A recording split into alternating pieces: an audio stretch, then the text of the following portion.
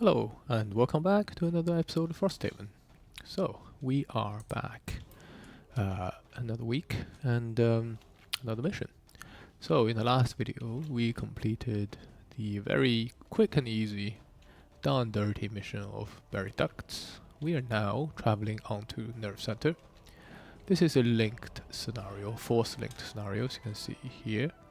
So, we do not get to go back to the outpost, which is fine with me, since going back will very likely result in retirement of our entire party, bar Deathwalker. And we want to spend a bit more time with everybody before we say goodbye. So let's just open up Nerve Center, scenario 44.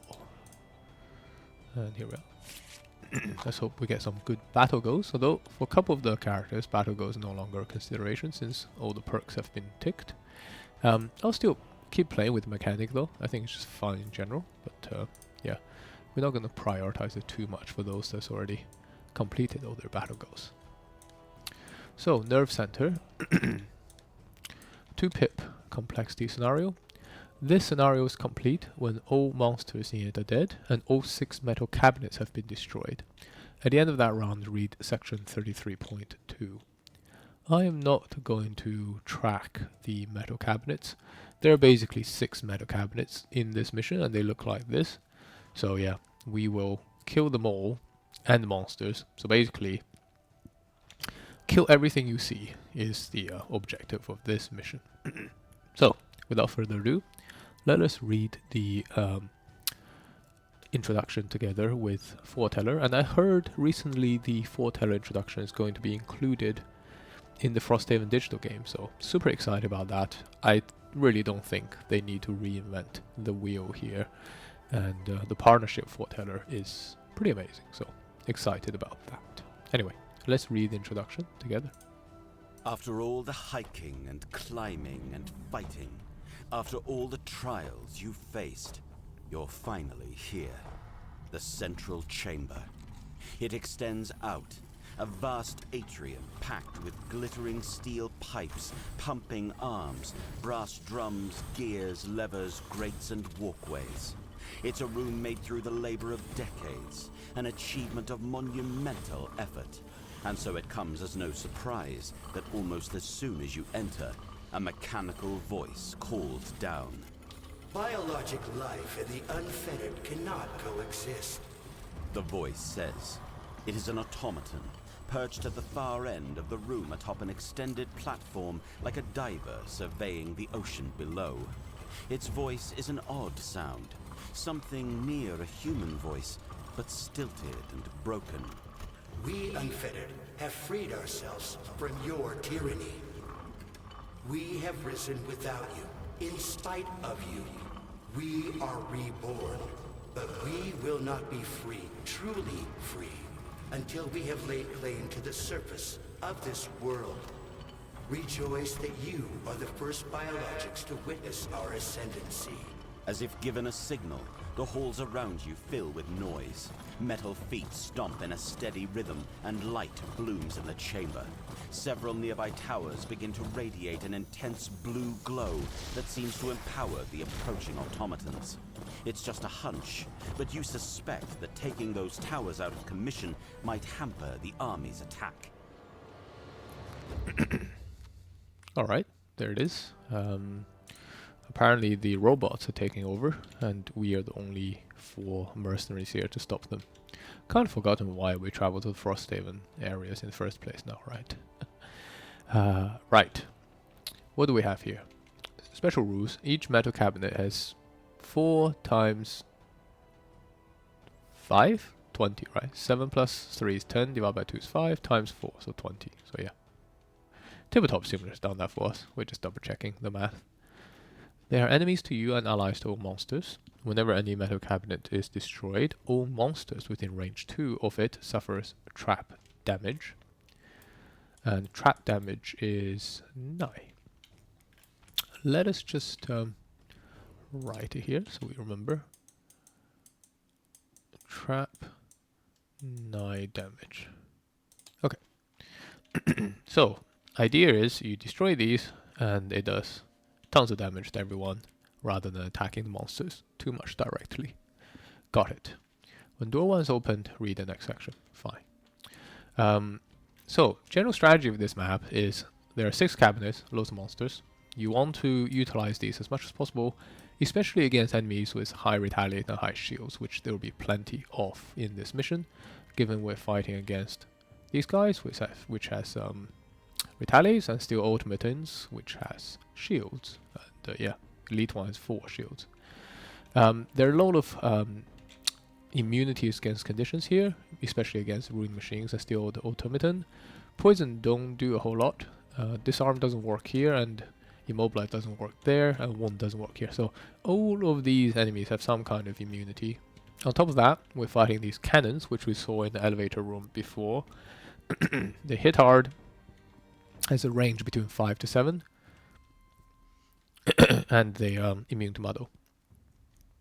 So gotta keep that in mind about taking in too many status effect into this mission. One good thing is the ruined machines are not that scary as I've seen before, other than when they explode, which, you know, if it happens, we'll deal with it. But everything else is immune to Immobilize, so Immobilize is actually a very, very good condition to be taking into this map. There is a treasure box, hopefully we'll get it. Loot-wise, again, no hides, because it's a metal mission. We get that idea. Hopefully we'll pick up some herbs. And the scenario book also give us a treasure to be looted, so we hope we get that treasure, in particular Deathwalker. That'd be very good. So, it's a fairly long mission, and we'll deal with it one room at a time. Right, let us get into thoughts for cards. Let's look at the Battle Go first. Not that I care too much, because we've maxed out our Battle Go perks already, but we'll look at it anyway. Bully, Sadist, Bastion. Bastion isn't likely to happen. Just a bad place to be if you're doing that only insane.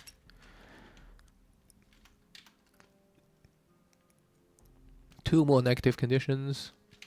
I'm not sure, but then again, I don't think our Bannerspear is doing too many kills, because we'll be getting the Longbowman out for sure, and killing by the Longbowman doesn't count towards your kill. I'm pretty sure. I can't remember if summons does, but I didn't think it did. I think you have to actually get the kill. So we'll just take Bully. Might happen, might not. We'll see. Yeah, I'm not going to bother too much about focusing on getting the battle go down, since it doesn't really matter for Bannerspear anymore. But you know, we'll try if we can, for sure. Loadout. I think there's a lot of value in taking Spear of Justice. In particular, the extra attack could make a difference on between exploding a metal cabinet versus not. So I think we're happy with this loadout. Sorry, sick of water. What about cards? I think there's probably some need for moving 4 in this particular mission, just given how much ground we have to cover. Actually thinking not taking Rallying Cry, surprisingly, because the most scary enemy, which is Steel Automaton, are immune to disarm anyway. I think healing's good. This is good. Moving the team seems pretty good to me, because we have a lot of distances to cover. I feel like taking a move 4 would be really beneficial here. I think we still want to take all our range attacks. So what am I really swapping out? Rallying Cry? Could still be helpful to disarm one of the flaming machines, so maybe we take Combined Effort out for in exchange for move 4. I don't care about the fast move 4. I think Tip of the Spear has just more versatility. It can be a range attack if we need to fight against one of these flaming blade spinners with all their retaliate. It does mean we are very crimped on ally movement here to try to get into a formation, but we don't, other than Boldening Blow, we don't really care too much about doing formational shenanigans anyway with our banner, so I think this is fine.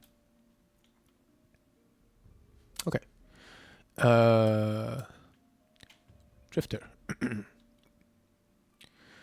Become exhausted before any other character. Don't want that to happen, but we can definitely do it.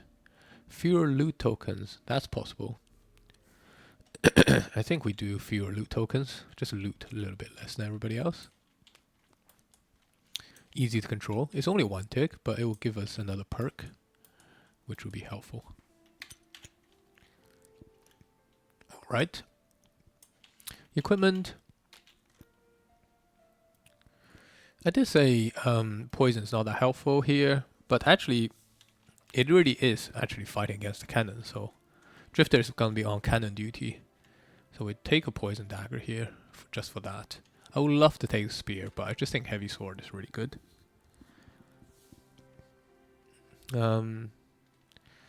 Shield seems good too, so I actually think this loadout's fine.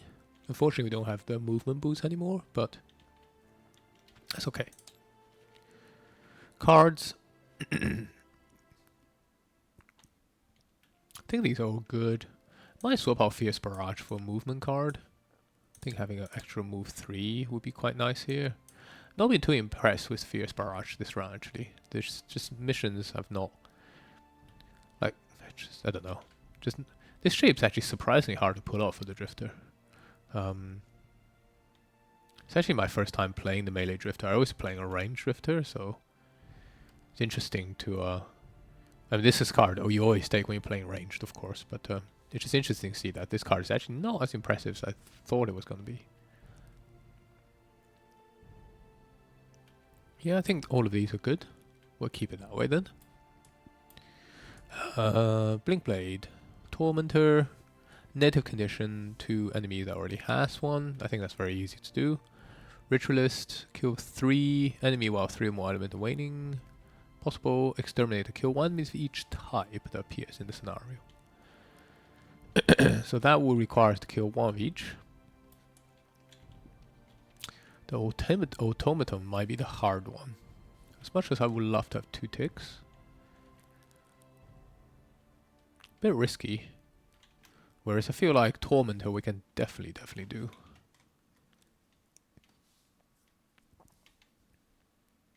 I think we'll just do Tormentor. It's the easier one of the two. I think Exterminator just risks possibly not happening. I'd rather get the perk than not get the perk. For our Blinkblade. Yeah. Conservative. Playing conservative is the name of the game here.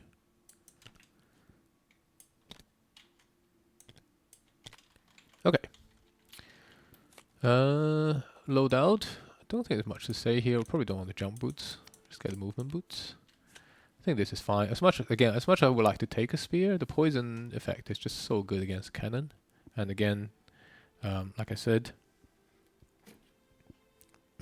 Blinkblade will be on cannon duty here for sure.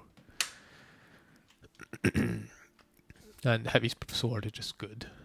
I will like Jagger Sword is actually pretty good against the automatons. Getting it wounded early could be loads of damage over a long course of battle. I don't know. Heavy Sword is just better for what we are trying to do here. So again, I think we'll stick with this loadout. Cards. I actually think this is fine. Maybe we'll take a move 5 with Blurry Jab. So then what are we giving up then? Double time? I don't actually think going invisible here is that important, surprisingly. Maybe it is, maybe it isn't. Blinkblade will have to go from basically around here to here in 1 turn. How's that done? 1, 2, 3, 4. I guess you can do it with stab them all on this. So that gives you, what is it, 6 moves on top? Plus anything on the bottom would do it. So maybe like rush to the end will actually do it. Because you can do move 4 with this. So is it 1, 2, 3, 4? 1, 2, 3, yeah. So you can definitely do it without Blurry Jab. I think Blurry Jab is just a lower power card. I'd rather have the benefit of going invisible whenever we need to. Yeah, I think we'll stick with this. This is fine. Alright, again, Deathwalker doesn't really care anymore. Let's just try Streamliner. Less tracking of things. We can just figure out at the end whether we've done it or not. I'm not going to give myself any special reward for doing it or not doing it. I don't think you get any special reward. I don't know. Maybe the rules changed since Gloomhaven. I'll double check. Maybe you get inspiration or something. Anyway, we're not going to focus too much on it. Deathwalker, I think we're fine with this. This gives us extra disarm against the blade spinner when we need it. Cards. This might be a Strength of the Abyss mission. I don't know. The problem with Strength of the Abyss is it's technically very powerful, but because the enemy have so much HP on insane difficulty, especially at level 7, it's actually quite hard to pull off the combo with the Strength of the Abyss, which requires you to basically boost your attack and then you kill the enemy immediately to generate a shadow that you can consume again. Do I want Black Barrage? Probably Deepening Despair can come back in here, and Black Barrage can go. I think we will deploy Call of the Abyss here, given this is quite a long mission, but we still take Eclipse. Just to make sure, if we run out of Shadow towards the final room, we can keep on generating Shadow. So first turn is probably Call to the Abyss plus Call of Doom to get Dark out, and then we can open up with like Forceful Spirit next turn. Strength of the Abyss. Really would love to take it, but I don't know. Playing 2 loss seems quite tricky. And we have an outlet with Vengeful Storm already for our shadows, so I think this is fine. Are we doing any masteries? 7 in 1 round. It's possible if I have Eclipse out and Vengeful Storm. No, sorry. Let's imagine I have 5. Then I have to keep on placing and removing. I mean, that would be 6. Remove 7. Can remove all 5. I think that's quite hard. Not gonna worry too much about it. Extra perk would be nice, but I think we're good, to be honest. Can we do this? Potentially, but then, I don't know. I'd rather just do the mission. So yeah, we're probably not gonna do any masteries. I think we'll just stick with this. Alright, starting positions. So the first one was actually quite interesting. We hope the Blade Splinters do not draw their jump to the farthest target card, because that would be disastrous. But otherwise, what you really want to do is block up these 2 tiles, because objective's impassable. You're actually only ever dealing with 2 attacks if you block these 2 up, which is good. And you can do that with Blinkblade and Drifter. Well, we'll be doing that with Blinkblade and Drifter. So Drifter will be here, Blinkblade will be here. We'll block this room up. This room is pretty good. We'll try to finish it in 1 rest cycle and then get our guys geared up for the next room. Okay, not much to say really. This is going to be a pretty quick recording. We'll jump into the combat in the next video. Yeah, I'll pause it here. No, see you guys in the next video. Speak soon. Bye.